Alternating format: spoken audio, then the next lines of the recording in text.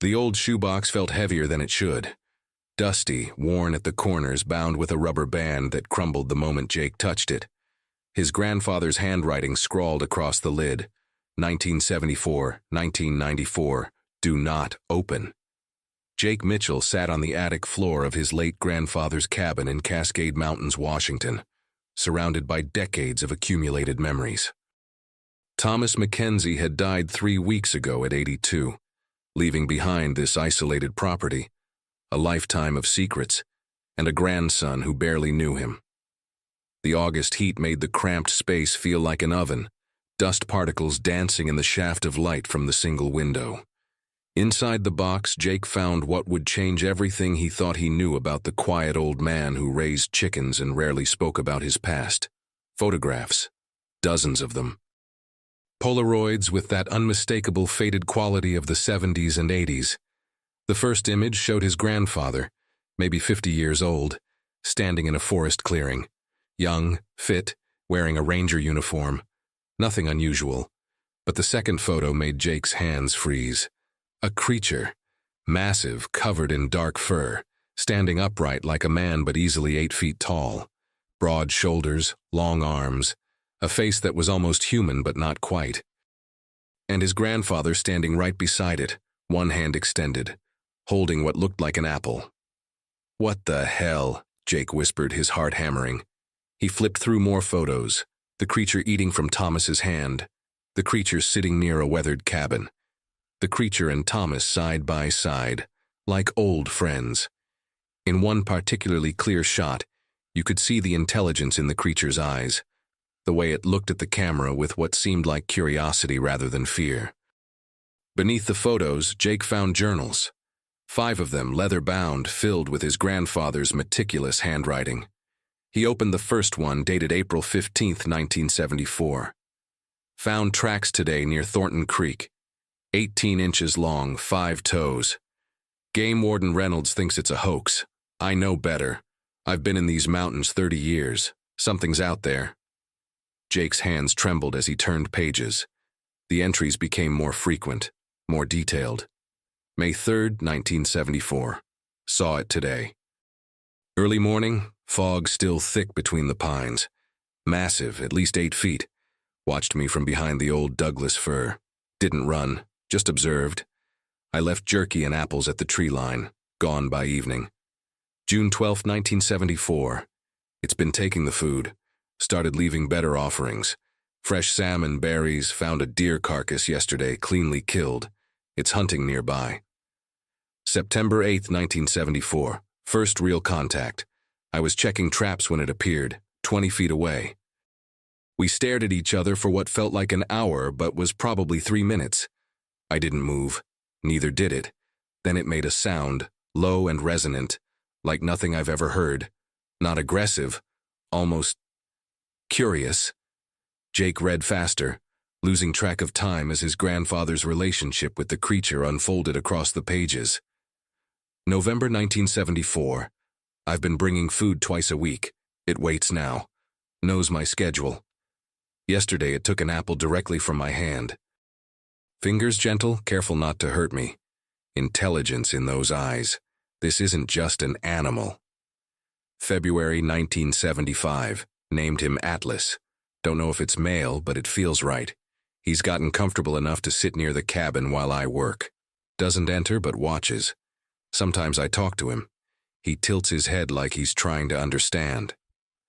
The entries continued through the years. Thomas documenting behaviors, patterns, things that would have made him famous if he'd ever told anyone. But he hadn't. Why?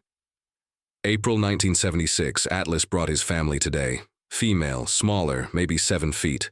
2 young ones, 4 feet tall, playful like bear cubs. I was honored, terrified, but honored. Fed them all. The female is more cautious than Atlas. Protective.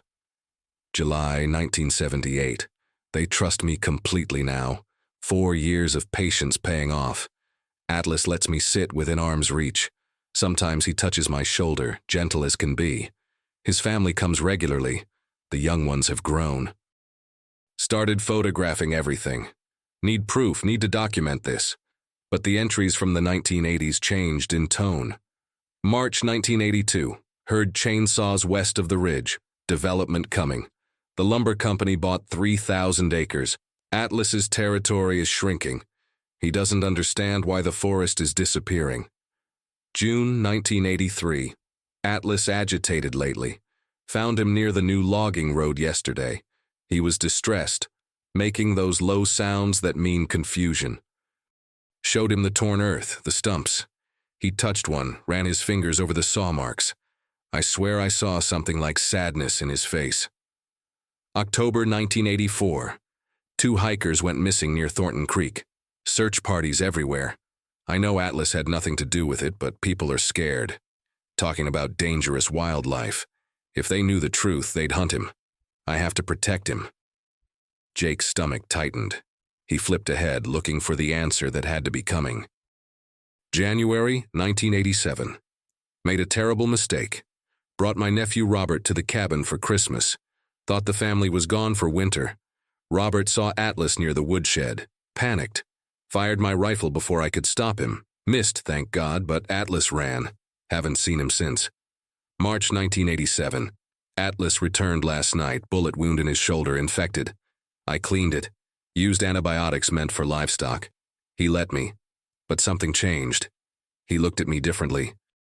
Like the trust was broken. April 1987. His family is gone. Atlas comes alone now. The female and young ones disappeared. Don't know if they moved on or if something worse happened. The logging pushed them deeper into the mountains. Atlas stayed because of me. Because I made him dependent on human contact. Jake felt sick. He kept reading.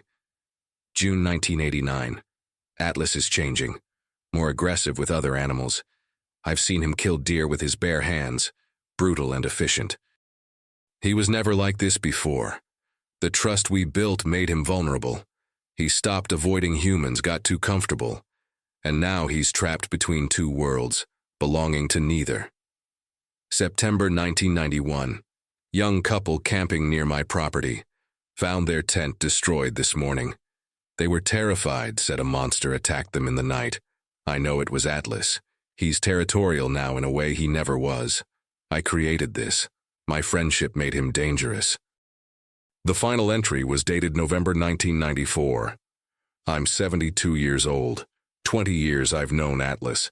20 years I thought I was doing something beautiful, building a bridge between species. I was a fool. I taught him to trust humans, and that trust made him vulnerable to bullets and fear.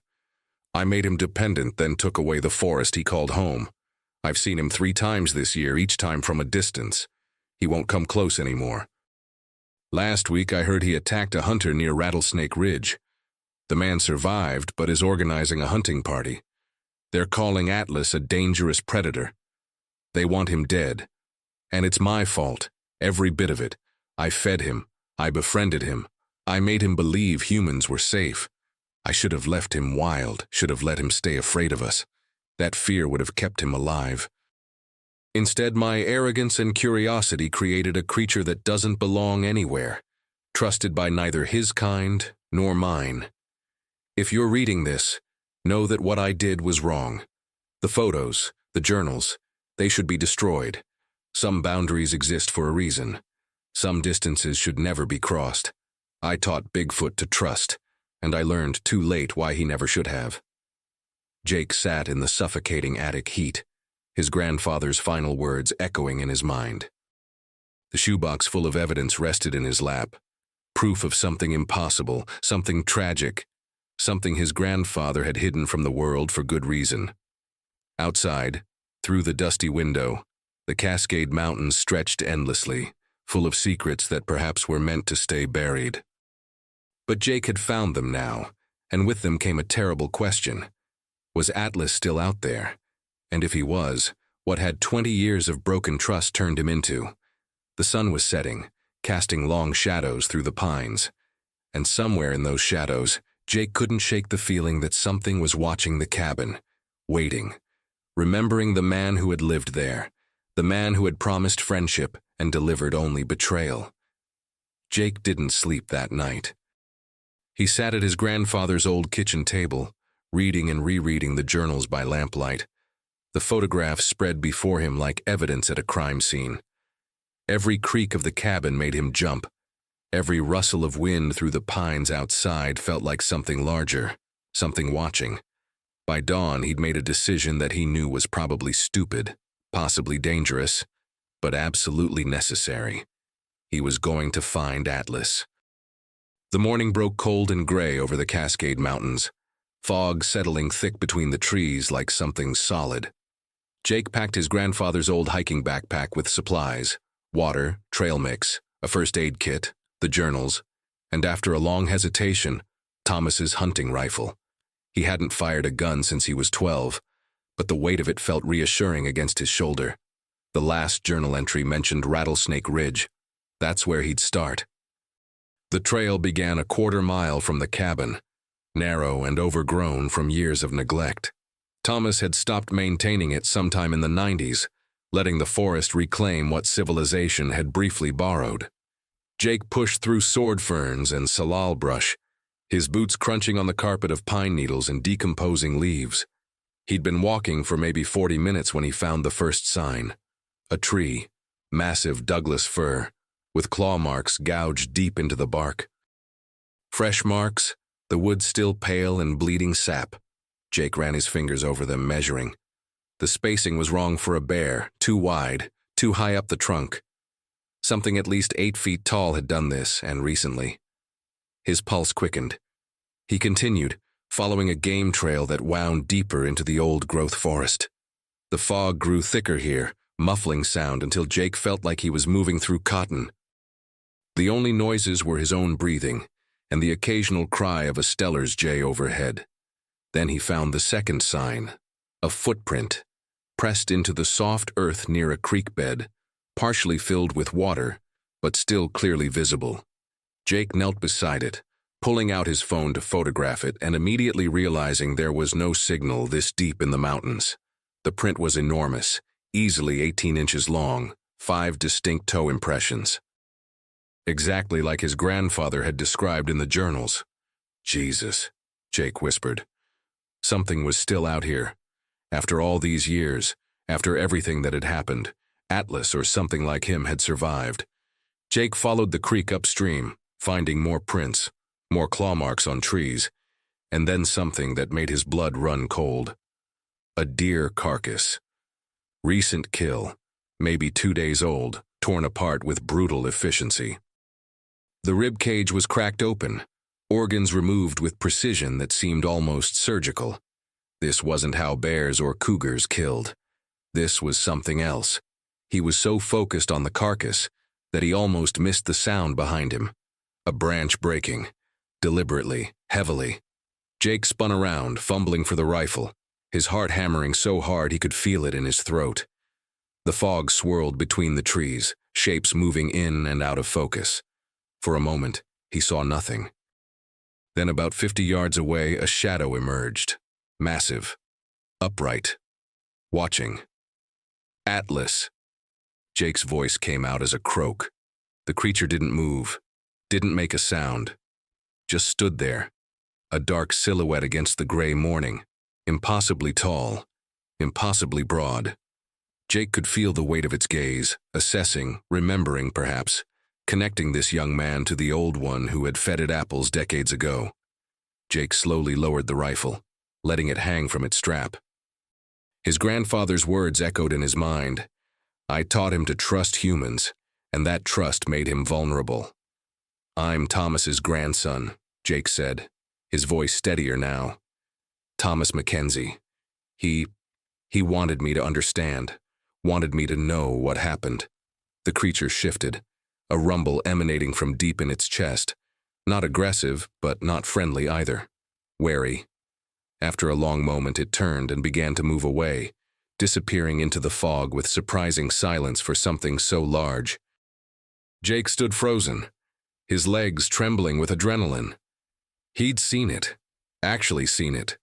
The creature from his grandfather's photographs, older now, grayer perhaps, but undeniably real. He followed. He knew he shouldn't, knew it was reckless, But something pulled him forward. The creature wasn't running, wasn't hiding. It was leading him somewhere. They traveled for what felt like hours but was probably less than one, climbing steadily through terrain that grew increasingly rugged. Jake's lungs burned, his legs ached, but he kept the distant shadow in sight, always just at the edge of visibility through the fog.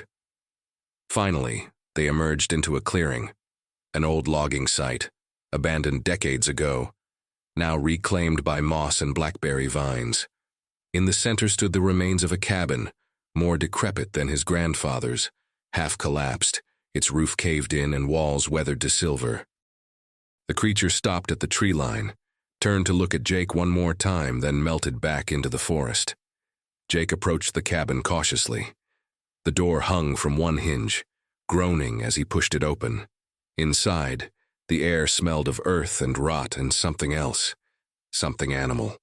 Light filtered through gaps in the walls, illuminating what had once been a ranger station, judging by the rusty Forest Service sign leaning against one wall. But it was what covered the walls that made Jake's breath catch. Photographs, dozens of them pinned and taped to every available surface. Not Polaroids like his grandfather's, but older black and white prints from the 50s and 60s. And every single one showed the same thing: people with creatures like Atlas. Different rangers, different locations, but always the same impossible subject. His grandfather hadn't been the first. Jake moved through the cabin in a daze, examining each photograph. One showed a young ranger in the 1950s, feeding what looked like a juvenile Bigfoot. Another from the 60s showed a family group of the creatures near a fire lookout tower. There were dozens of images spanning decades, all carefully documented and hidden away in this forgotten place. On a makeshift table, Jake found journals. Not his grandfather's, but others. Different handwriting, different names. Edward Thornton, 1951. Margaret Chen, 1967. Robert Hayes, 1972, all rangers. All documenting the same thing: contact with creatures that shouldn't exist, relationships built over years, and every single one ending the same way. Jake opened Robert Hayes's journal to the final entry, dated 1973. They're gone. Development pushed them out. The logging, the roads, the subdivisions. I watched them leave, heading deeper into the mountains where humans haven't reached yet. But there's nowhere left to go. In my arrogance, I thought I could protect them by keeping them secret. Instead, I just made them comfortable with humans at the exact moment humans were destroying everything they needed to survive. Edward was right. Margaret was right. We should have left them alone. Our kindness was the cruelest thing we could have done. Jake sat on the rotting floor, surrounded by decades of mistakes, of good intentions that led to tragedy. His grandfather had been part of a legacy of rangers who had all made the same choice, all learned the same terrible lesson. And Atlas, the creature that had just led him here, was showing him why. Outside, the fog was beginning to lift. Jake emerged from the cabin and looked around the clearing with new understanding. This wasn't just an abandoned logging site. The stumps, the clear-cut devastation, the roads carved through ancient forest. This had been Atlas's home, his family's territory. The place where they'd raised their young, hunted, lived for generations. And humans had destroyed it, cut it down, paved it over. All while men like his grandfather fed them apples and thought they were building bridges. A sound made Jake turn. Atlas stood at the tree line again, closer this time. In the clearing daylight, Jake could see him properly. The gray in his fur, the scars across his shoulders and chest, the way he moved with a slight limp that suggested old injuries never properly healed. This wasn't the creature from the photographs. This was what survived. Atlas made a sound. That same low rumble his grandfather had described. Not a threat, something else. Then he turned and walked away, this time not looking back, disappearing into the forest that was slowly, inevitably, being pushed further and further back by a world that had no room for creatures like him. Jake stood in the clearing until long after the creature was gone, until the sun broke through the fog and illuminated the devastation around him. He understood now why his grandfather had written, Do not open on that shoebox. Some discoveries weren't meant to free you. Some truths were meant to stay buried, but it was too late for that. Jake gathered the journals from the cabin, added them to his pack, and began the long hike back. He had decisions to make, questions that had no good answers. The evidence he carried could change everything, prove what scientists had sought for decades. Or it could be the final nail in Atlas's coffin, bringing hunters and researchers and curiosity seekers into these mountains until there was nowhere left for the creature to hide. His grandfather had chosen silence. So had all the others. As Jake emerged from the trail near his grandfather's cabin hours later, exhausted and conflicted, he found something waiting for him on the porch. A deer haunch, fresh, carefully placed. No note, no message, but the meaning was clear. Atlas remembered Thomas. And perhaps he was hoping Jake wouldn't make the same mistakes. Jake spent 3 days locked inside his grandfather's cabin, wrestling with a choice that felt impossible. The journals, photographs, and evidence lay spread across every surface, decades of proof that something extraordinary existed in these mountains, something that was slowly, inevitably, being pushed toward extinction. On the 4th morning, he made his decision. He was halfway to the fireplace, his grandfather's journals in hand, when headlights cut through the early dawn darkness. A truck pulled up to the cabin, and Jake's stomach dropped as he recognized the Forest Service logo on the door. A woman in her 50s climbed out, ranger uniform crisp despite the early hour. She had kind eyes but a no-nonsense expression that reminded Jake of his grandfather. Her name tag read, Reynolds. "You must be Jake Mitchell," she said, extending a hand. "I'm Ranger Sarah Reynolds. Your grandfather and I worked together for 20 years before he retired. I heard you were staying here."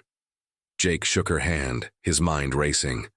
Just going through his things, getting the cabin ready to sell. Reynolds nodded, but her eyes drifted to the window where some of the photographs were visible on the kitchen table. Her expression shifted, something like recognition crossing her face. "Mind if I come in? There's something I need to discuss with you." Jake's heart hammered, but he stepped aside. Reynolds entered slowly, taking in the evidence scattered throughout the cabin. She walked to the table, picked up one of the Polaroids of Thomas and Atlas, and let out a long breath. "So he kept records," she said quietly. "I told him not to, told him it was dangerous for him and for them." Jake stared. "You knew." Reynolds set down the photograph carefully. "My father was Edward Thornton. The ranger from the 50s you probably read about in those journals you found at the old station. He told me everything before he died, made me promise to protect the secret." She looked at Jake with tired eyes. There have always been rangers who knew. A quiet legacy passed down, hidden in plain sight. We protect the forest, and we protect what lives in it. "Atlas led me to that cabin," Jake said. "He showed me the evidence." "Why would he do that if the secret was supposed to stay hidden?" Reynolds moved to the window, looking out at the mountains bathed in dawn light. "Because everything is changing, Jake. Development is pushing deeper into the backcountry every year. There are 3 new housing developments planned within 5 miles of here. A resort up on Thornton Creek. The forest Atlas knows is disappearing." She turned back to him. "Your grandfather's last words to me before he died were about you. He said if anyone could understand what he'd learned, it would be you." What did he learn? That silence isn't always protection. Sometimes it's just slow death. Reynolds pulled out a chair and sat heavily. "For 60 years, rangers like your grandfather kept these creatures secret, thinking we were saving them. But we were just watching them slowly lose ground, unable to ask for help because no one knew they existed. Now there are maybe a dozen left in these mountains. Maybe. Without protected habitat, without recognition, they'll be gone in a generation." Jake felt the weight of her words. "So what do we do? Release the evidence? That'll bring hunters, researchers, tourists. It'll destroy what little territory they have left." "It will," Reynolds agreed. "But staying silent means watching them disappear completely. There's no good choice, Jake. There never was. That's what your grandfather wanted you to understand." They sat in silence for a long moment. Then Reynolds reached into her jacket and pulled out an envelope. "Your grandfather gave me this a month before he died. He said to give it to you if you found the journals." She handed it to Jake. "I'll leave you to read it. But whatever you decide, I want you to know that some of us are still out here, still protecting what we can. You're not alone in this." After Reynolds left, Jake opened the envelope with trembling hands. Inside was a letter in his grandfather's handwriting, dated just weeks before his death. "Jake, if you're reading this, you found what I left for you. I'm sorry for the burden, but you deserved the truth. For 20 years I thought I was special, thought I'd achieved something remarkable with Atlas, but I was just repeating a mistake rangers had been making for generations. We were so focused on whether we could build a bridge to these creatures that we never asked whether we should. The answer is no, we shouldn't have. The kindness that feels so right in the moment leads to dependency, to boundaries broken, to creatures caught between worlds with nowhere safe to exist. But now we're at a different crossroads. Silence kept them hidden, but it's also watching them die. The forest they need is being cut down, piece by piece, and no one is fighting for it because no one knows what's at stake. I've spent my last years trying to figure out the right answer. I still don't know what it is. Maybe there isn't one. Maybe we're past the point where good choices exist. But I trust you to decide what I couldn't. Whatever you choose, know that it comes from decades of people like me learning too late that loving something isn't the same as understanding what it needs. Atlas deserves better than what we gave him. They all do. I'm sorry to leave you with this, but someone has to carry it forward, and I hope you're strong enough to carry what I couldn't. Grandfather. Jake set the letter down and walked outside. The morning was bright now, the forest alive with birdsong. Somewhere out there, Atlas was moving through the trees, carrying the weight of broken promises and shrinking territory. The last of a line that had survived ice ages and continental shifts, but might not survive human expansion. Jake thought about the evidence, about what releasing it would mean. Media frenzy, scientific expeditions. Conservation efforts, yes, but also exploitation, documentaries, tourism. The very attention that could save Atlas could also destroy what was left of his world. But staying silent meant watching that world disappear anyway, slowly, invisibly, with no one fighting for it because no one knew it mattered. There was no right answer. His grandfather had been right about that. Jake spent the day organizing the evidence, making copies, preparing documentation, but he didn't contact media. Didn't call scientists or conservation groups. Instead, he called Ranger Reynolds. "I have an idea," he said, "but I need your help." 2 weeks later, Jake stood in a county planning meeting, the kind of boring bureaucratic event that normally attracted a dozen retirees and a local reporter, half asleep in the back. Today, the room was packed. Developers, county commissioners, residents, all there to vote on the new Thornton Creek development. Jake had submitted a formal petition for environmental review, citing concerns about disrupting critical habitat for endangered species. It was a standard delaying tactic, one that usually failed, but this time he'd attached something to his filing, evidence of a species previously unknown to science, documented over 60 years, living in the exact area slated for development. He didn't release the photographs, didn't name Atlas, or make grand claims about Bigfoot. Instead, he presented carefully curated documentation of an unidentified primate species, with enough scientific credibility to trigger mandatory federal review under the Endangered Species Act. The developers were furious. The commissioners were confused. The Environmental Protection Agency was intrigued. It would take years to process, years of surveys, studies, debates, years where no construction could begin, no trees could be cut, no roads could be built. Years where Atlas and whatever family he had left could live without human encroachment. It wasn't salvation, it was a delay. But sometimes, Jake realized, that's all you could fight for. That night back at the cabin, Jake built a fire and began burning the photographs. Not all of them, but most. The most explicit ones, the clearest evidence. He kept only enough to support the federal review, nothing more. The journals of his grandfather and the others, he sealed in a safe deposit box with instructions they not be opened for 50 years. Some secrets needed to die. Some bridges needed to stay unbuilt. As the flames consumed the Polaroids, Jake heard a sound outside, that familiar rumble, low and resonant. He walked to the porch and saw Atlas at the tree line, backlit by moonlight, watching the cabin one last time. They looked at each other across the distance, two creatures trying to survive in a world that had no space for what they were.